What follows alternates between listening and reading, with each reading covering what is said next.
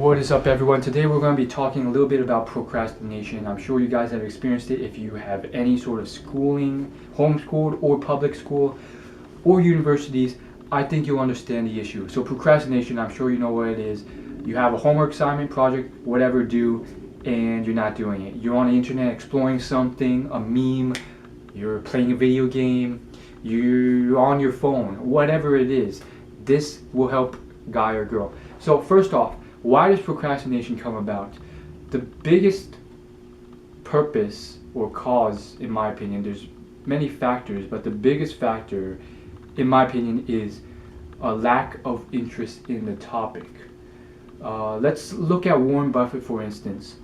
He had such a vivacious interest in the topic to the extent of stock investing and business economics that he would buy these huge books called it was called Moody's Handbook.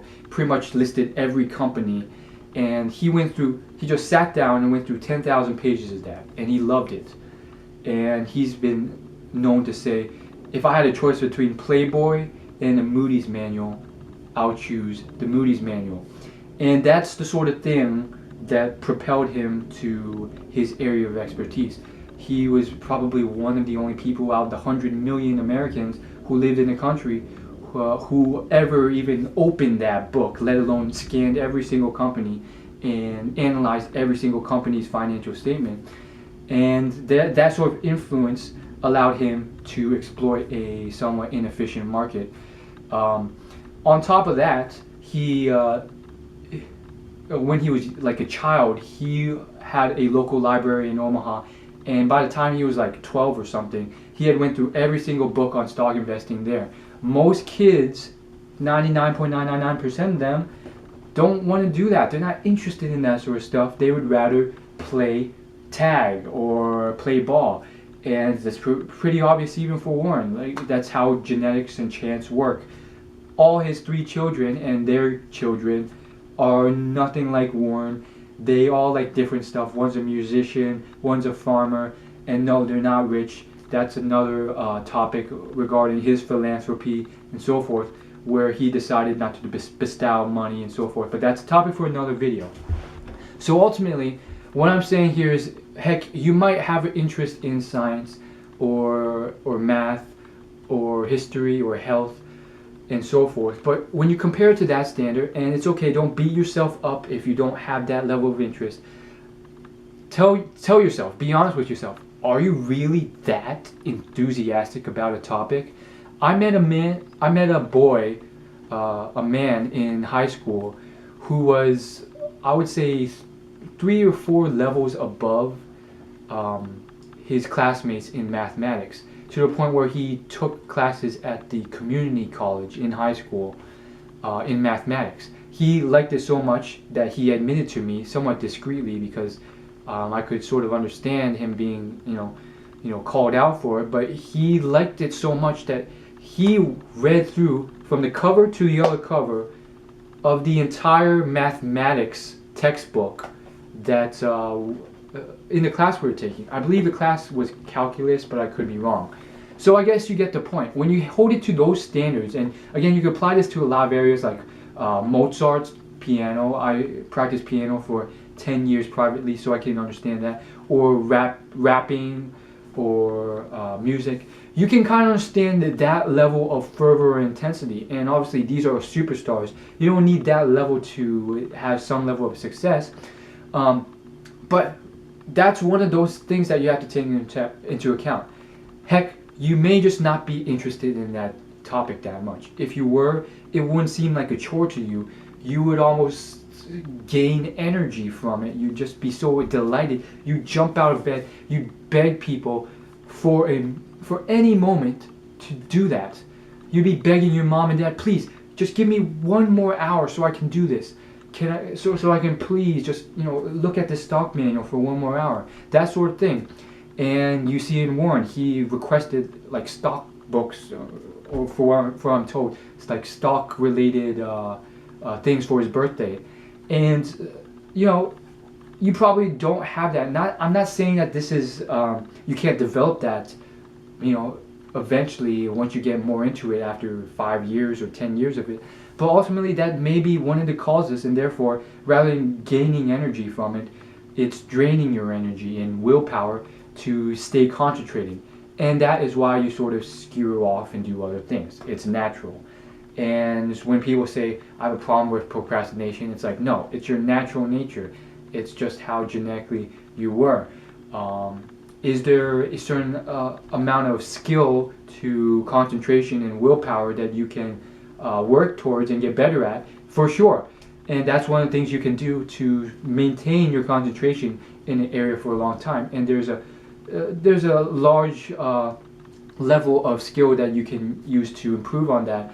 But there is a ceiling, in my opinion. There's a ceiling you will hit. Most likely, if you're watching this, most of you have not hit that ceiling or come close to it, though.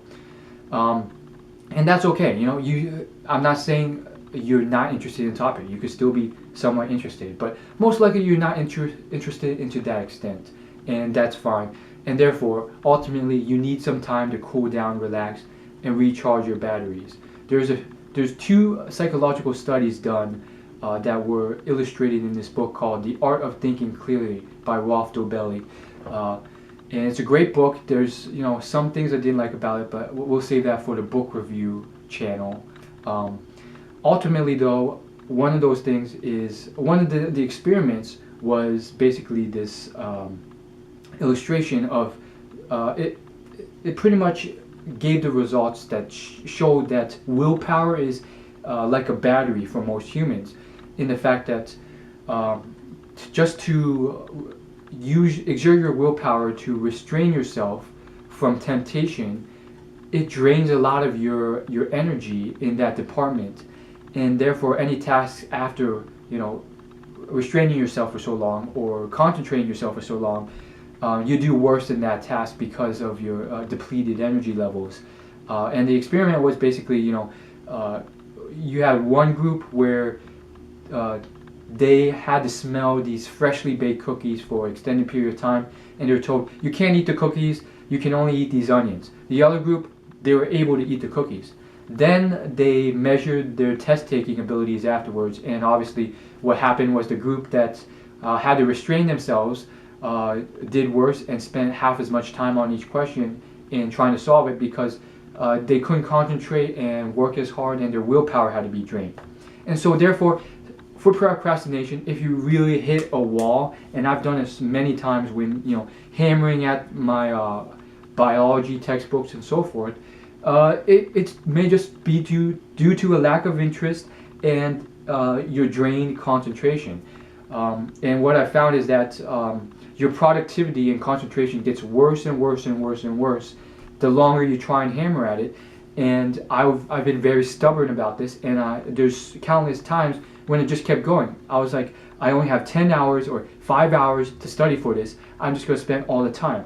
And after this first or second hour of decent study, it just gets worse and worse and worse. And I was so stubborn, I wouldn't take a break, to the point where after the 4th hour, I was like trying so hard to concentrate, and I would read like a few sentences and then just, you know, subconsciously drift off to something else and daydream without even realizing it, and then come back to it. It's almost like what happens when you haven't slept for over 40 hours. You subconsciously go into these lapses of sleep, and then you wake up and you don't even realize it, because it's just a smooth transition. These are stuff that your mind works to do. And so ultimately, you know, it kind of makes sense, because we're all just monkeys and mammals at the end of the day. It's very simplistic, you know. Don't try and kid yourself. Heck, you may just not be that interested in that topic. Not saying you don't have some interest in it, you just don't have, you know, that superstar level, which is fine, you know, it's cool. And so finally, the biggest piece of advice, or one of the biggest I can give you, is look to where you are spending your time recharging your batteries. If it is something like anything related to the internet, or anything extended or almost designed out of the company making money, like websites who make their money off drawing you in so that they have advertisements that you click, anything that's like like that. Pretty much anything with the internet, something addictive like a video game, the apps on your phone, plenty of stuff. Maybe even talking with your friends and so forth. A lot of these things will screw you over because they're designed to burn 2 hours of your time without you even realizing it. So stay away from that. Choose very well what you want to do to specifically recharge your batteries. And what I found from reading and observation is that the people who do it the best usually choose their breaks to have something to do away from the internet or anything with an electronic screen. Game consoles, no. Internet, no. No TVs, no computers, anything. They usually do something like take a walk or drink some tea, hang out with friends, and so forth. And because if you use the internet or something like, I don't know, Facebook, boom, a 5-minute break turns into a 3-hour break. So that's all I really want to say, and it is very interesting how that works. And I think it somewhat illustrates this whole point of that, like finding your passion or interest. It may not align because remember all I said about the type of fervor that you need to achieve that level of passion and interest, to the point where you're almost begging your parents or begging others or finding every little smidgen of time to spend more time with that activity. For some people, it may be a bad thing like drugs, or maybe a neutral thing like video games. For me, it's probably video games. When I say all those things, I attribute them to video games. I get a lot of joy out of watching TV or watching a movie or video games, and that's just me. For other people like Warren Buffett, it's somewhat different. That's all I really want to say in a nutshell. And as always, like, favorite, comment, and subscribe.